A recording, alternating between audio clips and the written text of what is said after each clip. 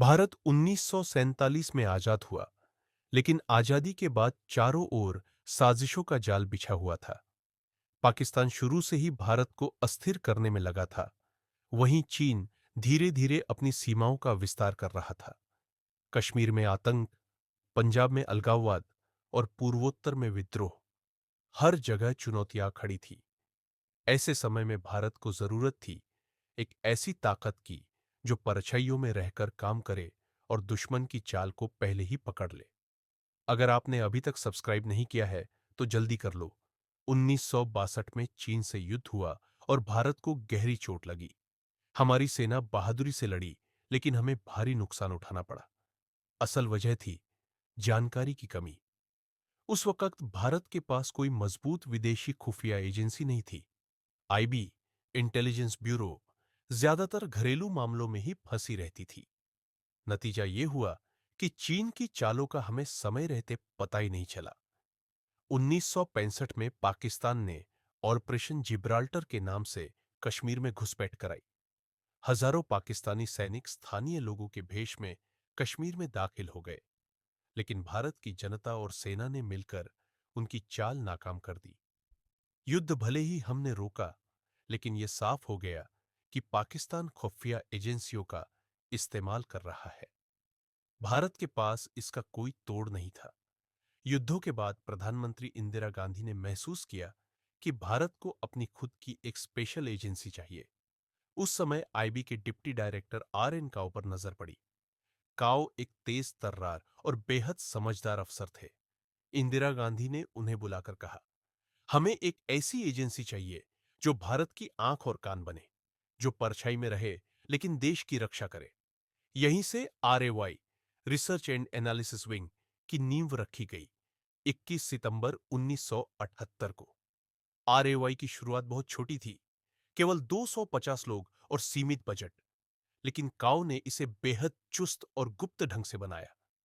उन्होंने ऐसे अधिकारियों को चुना जो साहसी हो, चुप रह सके और दुश्मन के बीच रहकर जानकारी ला सके। ये टीम बिना वर्दी, बिना पहचान के दुनिया के सबसे खतरनाक इलाकों में जाने वाली थी। 1971 में पाकिस्तान के अत्याचारों से बांग्लादेश, तब का पूर्वी पाकिस्तान, जल रहा था। लाखों लोग भारत में शरण लेने लगे। इंदिरा गांधी ने फैसला किया कि बांग्लादेश की आजादी में मदद करनी होगी। रॉ ने यहां सबसे अहम भूमिका निभाई। काओ ने अपने एजेंट्स को सीमा पार भेजा। एजेंट्स ने स्थानीय जनता और मुक्ति वाहिनी से मिलकर पाकिस्तान की सेना की हर चाल का नक्शा तैयार किया। रॉ ने न सिर्फ जानकारी दी, बल्कि मुक्ति वाहिनी को ट्रेनिंग भी दिलाई। भारत ने गुप्त कैंप बनाए जहां बांग्लादेशी युवाओं को हथियार चलाना, बारूदी सुरंगें लगाना और गोरिल्ला युद्ध सिखाया गया।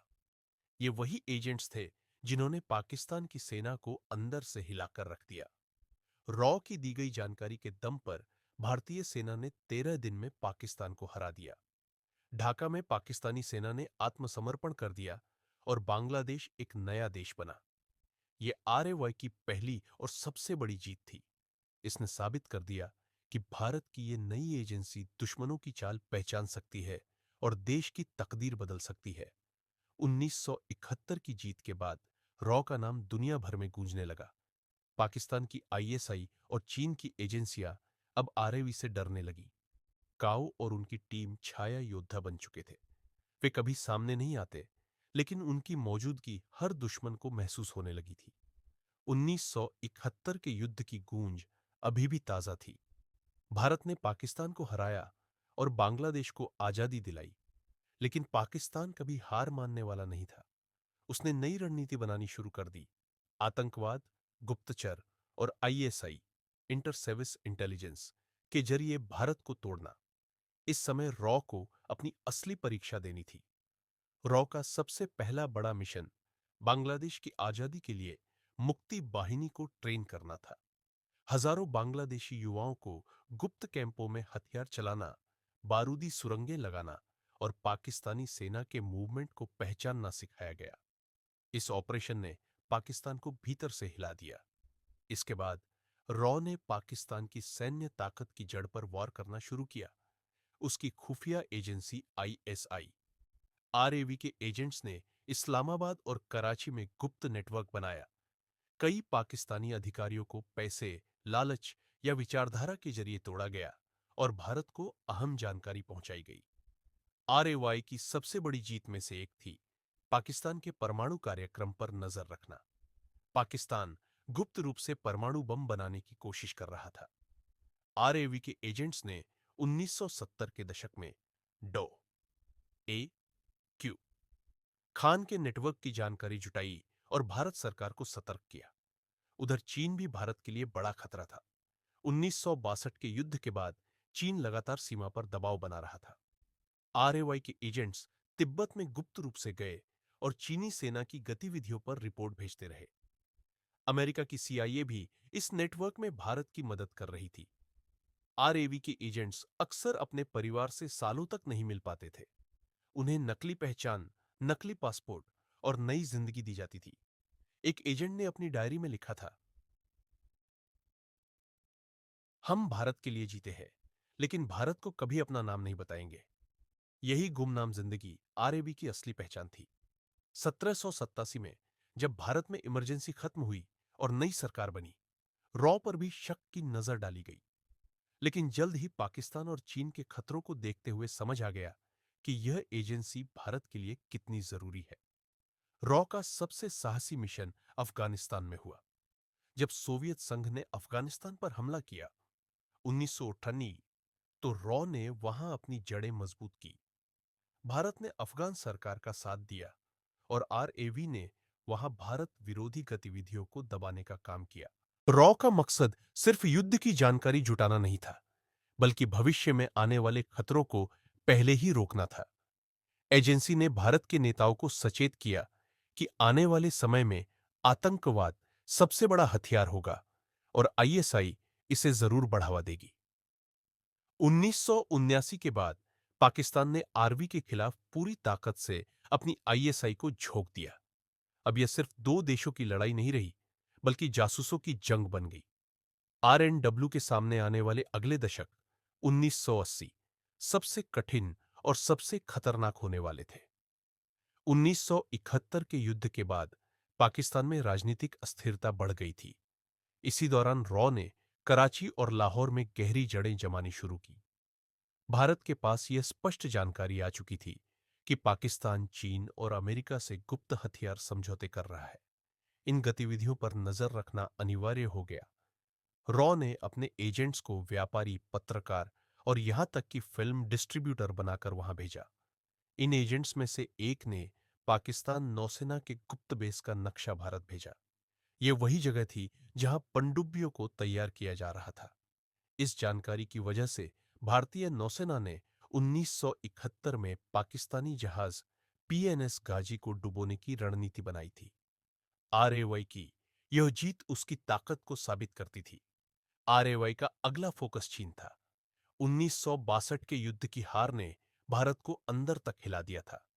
कर्नल आरएन काव ने निर्देश दिया कि तिब्बत में चीन की गतिविधियों पर लगातार रिपोर्ट चाहिए। कई भारतीय एजेंट भिक्षु और व्यापारी बनकर ल्हासा और किंगहाई तक पहुंचे। उन्होंने चीनी सैनिकों की संख्या, हथियारों की डिटेल और बेस के नक्शे भारत तक पहुंचाए। लेकिन रॉ का सबसे बड़ा योगदान 1974 में आया, जब भारत ने पोखरण में अपना पहला परमाणु परीक्षण किया। स्माइलिंग बुद्धा। इस ऑपरेशन की पूरी तैयारी गुप्त रखनी थी।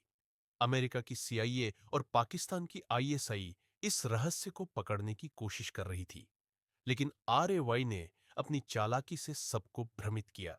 सीआईए को आखिरी समय तक भनक नहीं लगी। यह आरएवाई की सबसे बड़ी कामयाबियों में गिना जाता है। रॉ के एजेंट्स सिर्फ दुश्मन देशों में ही नहीं, बल्कि भारत में भी सक्रिय थे। मुंबई, दिल्ली और अमृतसर में उन्होंने आईएसआई के नेटवर्क को पकड़ना शुरू किया। 1970 के दशक में कई बार आरएवाई ने बम धमाकों की साजिश को नाकाम किया। यह जानकारी अक्सर साधारण दिखने वाले एजेंट से आती थी। कोई बस कंडक्टर, कोई होटल मैनेजर, तो कोई कॉलेज स्टूडेंट। यही आरएवाई की असली ताकत थी, आम इंसान के बीच छिपे असाधारण जासूस। लेकिन आरएवाई का असली इम्तिहान तब आया जब पाकिस्तान ने 1770 के दशक के अंत में आतंकवाद को पंजाब और कश्मीर में भड़काना शुरू किया। आईएसआई लगातार हथियार और पैसे भेज रही थी। आरएवी ने कई बार इन रूट्स को पकड़ा। अमृतसर के पास सीमा से जुड़ी कई कहानियां आज भी रहस्य बनी हुई हैं, जहां एजेंट्स ने अपनी जान पर खेलकर भारत को बचाया। आरएवी का एक ऑपरेशन बेहद चर्चित रहा, ऑपरेशन कहूता। पाकिस्तान ने अपने परमाणु कार्यक्रम को तेजी से बढ़ाना शुरू कर दिया था। आरएवी ने वैज्ञानिकों, मजदूरों और ट्रक ड्राइवर्स के रूप में वहां एजेंट्स भेजे। उन्होंने प्रयोगशालाओं से लेकर यूरेनियम संवर्धन प्लांट तक की तस्वीरें भारत पहुंचाई। यही जानकारी बाद में भारत सरकार के लिए पाकिस्तान की परमाणु महत्वाकांक्षाओं पर नजर रखने का आधार बनी। आरएवाई की यह लगातार जीत सीआई और आईएसआई दोनों को चुभ रही थी।